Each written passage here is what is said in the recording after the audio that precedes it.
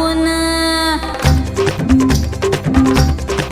आधी जाऊन पोलीस बोलवा, आधी जाऊन पोलीस बोलवा, मग खुशाल पतंग उडवा.